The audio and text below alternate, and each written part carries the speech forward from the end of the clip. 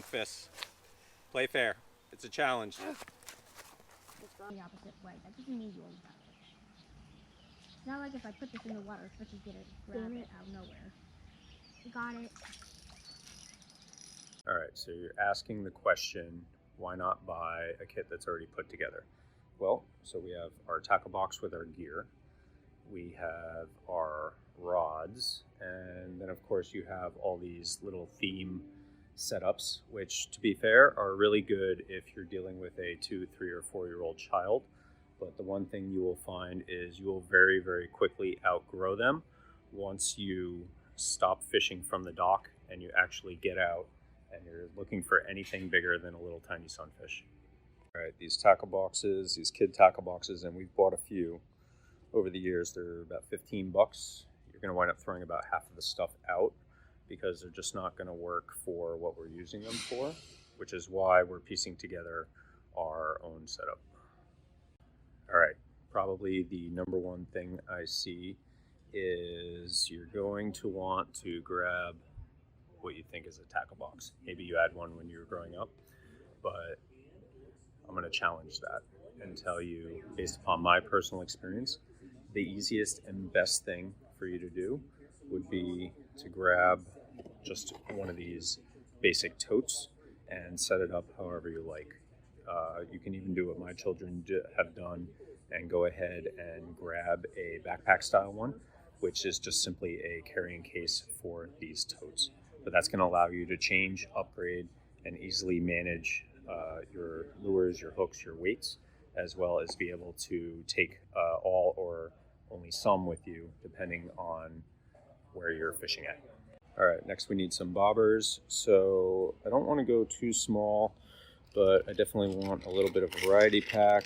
They have this 6-pack of medium sized bobbers, $1.52. So we'll go ahead and go with that. That'll work.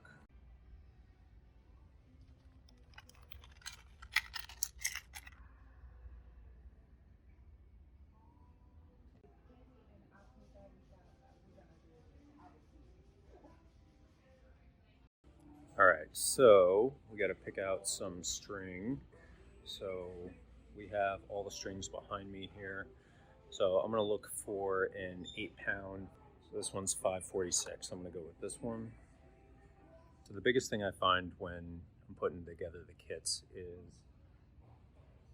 there's a lot of different hooks and they all have different purposes. My personal favorite for getting started is a circle hook. It's not going to get swallowed real deep by the fish. So I'm going to look for a small to medium sized circle hook to go ahead and get started with. All right, so this part might be controversial, but I prefer to start off with a spinning reel, even though it's going to be a little bit more difficult in the beginning. They're going to learn a valuable fishing experience.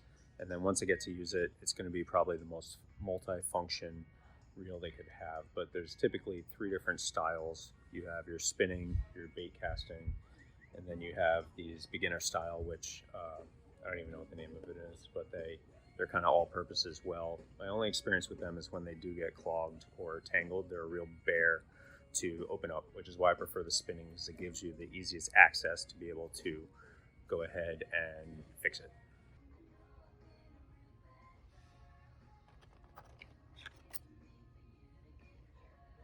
All right, so it's time to choose our rod. For what we're looking at doing, we're trying to put together an all-purpose rig that's going to be good for kids. So we don't want something that's too long. We want something that's going to fit with spinning reels, and we want something that is tried and true. So for me, since I was a kid, going up with the Ugly Stik is definitely the way to go. You're looking about currently 45 bucks per rod, which is going to be the most expensive part, as well as hopefully the longest lasting part of our fishing setup. But certainly you can choose based upon different colors and styles. My suggestion is start with a 6-foot medium. All right, so we're off and running. We have everything we need to get 2 rods set up. So we have our rods, we have our reels, we have our bobbers, our split shot, our circle hooks, our string, and our tackle box. All right, and the last thing we're piecing together is you're probably going to want to pick up a pair of pliers, because inevitably you're going to wind up with a hook situation that you're going to need a tool to remove. So this particular one has a needle nose, a cutter, as well as a crimper. So I think we're good to go. Also go with a pair of forceps, $3.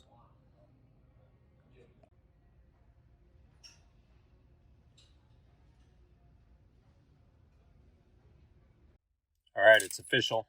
We wrapped up.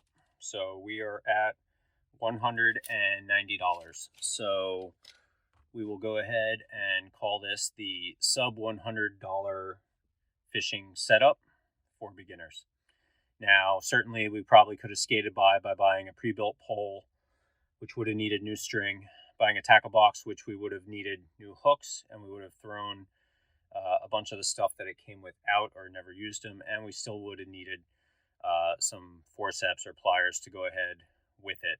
So all in all, I would say we spent about $30 more building our own set as opposed to going and buying a pre-built kit. But having bought several cheap $10, $20, $30, $40 poles over the last couple of years for my kids as they were learning, I can tell you that every year we're buying them a new setup.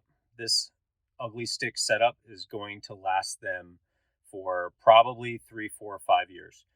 They'll just have to replace as disposables such as the string, the bobbers, the weights, the hooks, the things that they might lose or that will just eventually wear and become damaged.